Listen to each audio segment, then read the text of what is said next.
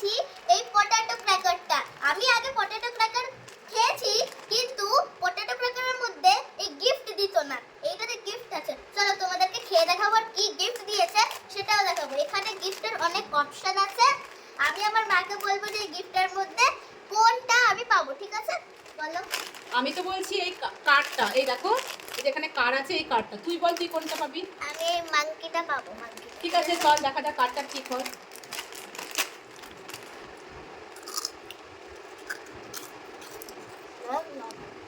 এবার তোমাদেরকে গিফট দেখাবো।